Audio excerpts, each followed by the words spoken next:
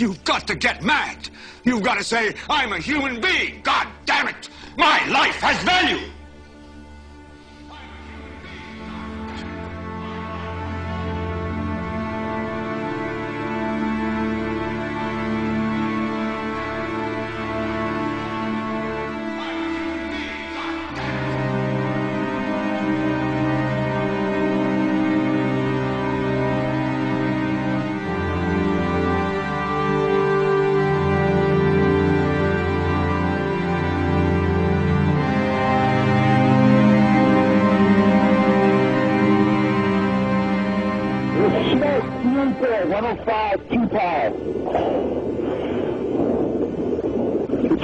It's black, it's iron.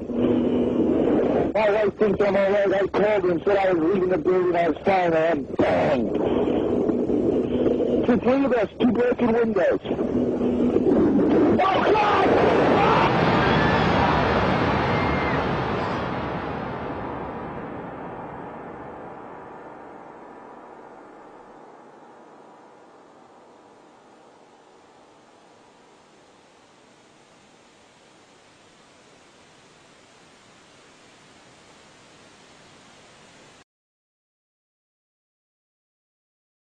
Ladies and gentlemen, the very word secrecy is repugnant in a free and open society, and we are, as a people, inherently and historically opposed to secret societies, to secret oaths, and to secret proceedings.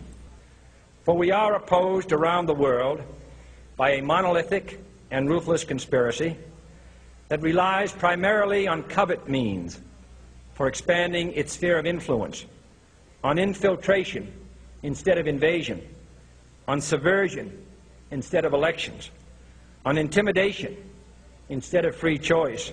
It is a system which has conscripted vast human and material resources into the building of a tightly knit, highly efficient machine that combines military, diplomatic, intelligence, economic, scientific, and political operations. Its preparations are concealed, not published. Its mistakes are buried, not headlined. Its dissenters are silenced, not praised. No expenditure is questioned, no secret is revealed. That is why the Athenian lawmaker Solon decreed it a crime for any citizen to shrink from controversy. I am asking your help in the tremendous task of informing and alerting the American people, confident that with your help, man will be what he was born to be, free and independent.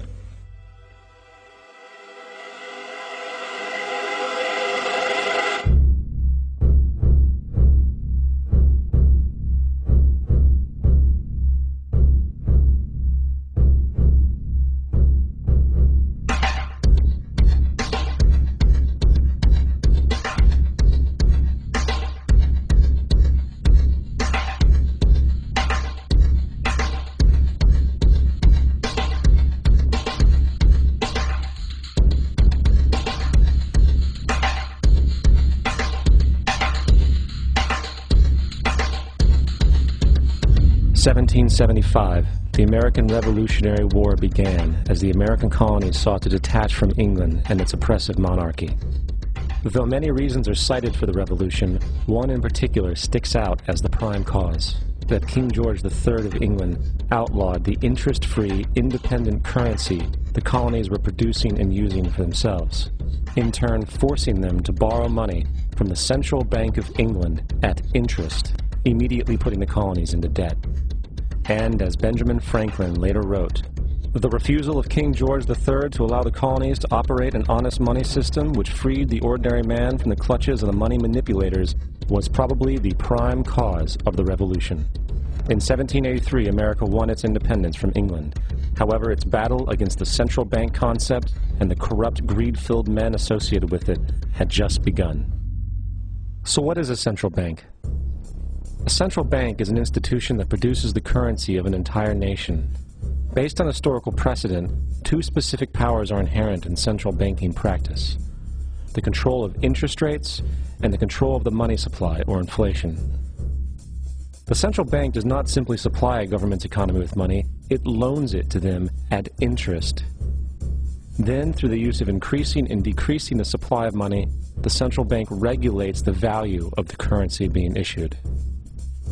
It is critical to understand that the entire structure of this system can only produce one thing in the long run: debt. It doesn't take a lot of ingenuity to figure this scam out. For every single dollar produced by the central bank is loaned at interest. That means every single dollar produced is actually the dollar plus a certain percent of debt based on that dollar. And since the central bank has the monopoly over the production of the currency for the entire country, and they loan each dollar out with immediate debt attached to it, where does the money to pay for the debt come from? It can only come from the central bank again, which means the central bank has to perpetually increase its money supply to temporarily cover the outstanding debt created, which in turn, since that new money is loaned out at interest as well, creates even more debt. The end result of this system without fail is slavery, for it is impossible for the government and thus the public to ever come out of the self-generating debt. The founding fathers of this country were well aware of this.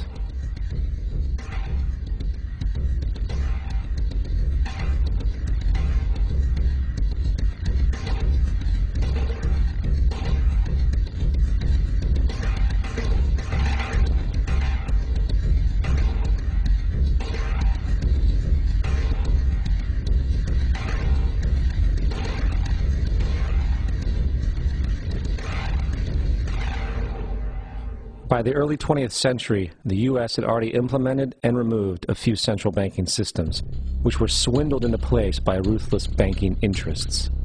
At this time, the dominant families in the banking and business world were the Rockefellers, the Morgans, the Warburgs, the Rothschilds.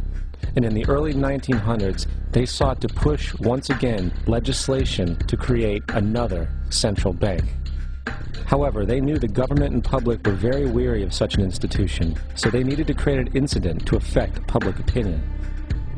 So, J.P. Morgan, publicly considered a financial luminary at the time, exploited his mass influence by publishing rumors that a prominent bank in New York was insolvent or bankrupt. Morgan knew this would cause mass hysteria, which would affect other banks as well. And it did. The public, in fear of losing their deposits, immediately began mass withdrawals. Consequently, the banks were forced to call in their loans, causing the recipients to sell their property, and thus a spiral of bankruptcies, repossessions, and turmoil emerged. Putting the pieces together a few years later, Frederick Allen of Life magazine wrote, "The Morgan interests took advantage to precipitate the panic, guiding it shrewdly as it progressed." Unaware of the fraud, the Panic of 1907 led to a congressional investigation headed by Senator Nelson Aldrich, who had intimate ties to the banking cartels and later became part of the Rockefeller family through marriage.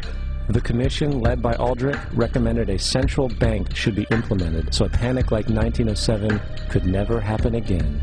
This was the spark the international bankers needed to initiate their plan. In 1910, a secret meeting was held at a J.P. Morgan estate on Jekyll Island off the coast of Georgia. It was there that the central banking bill called the Federal Reserve Act was written. This legislation was written by bankers, not lawmakers. This meeting was so secretive, so concealed from government and public knowledge that the 10 or so figures who attended disguised their names when en route to the island. After this bill was constructed, it was then handed over to their political frontman, Senator Nelson Aldrich, to push through Congress. And in 1913, with heavy political sponsorship by the bankers, Woodrow Wilson became president, having already agreed to sign the Federal Reserve Act in exchange for campaign support.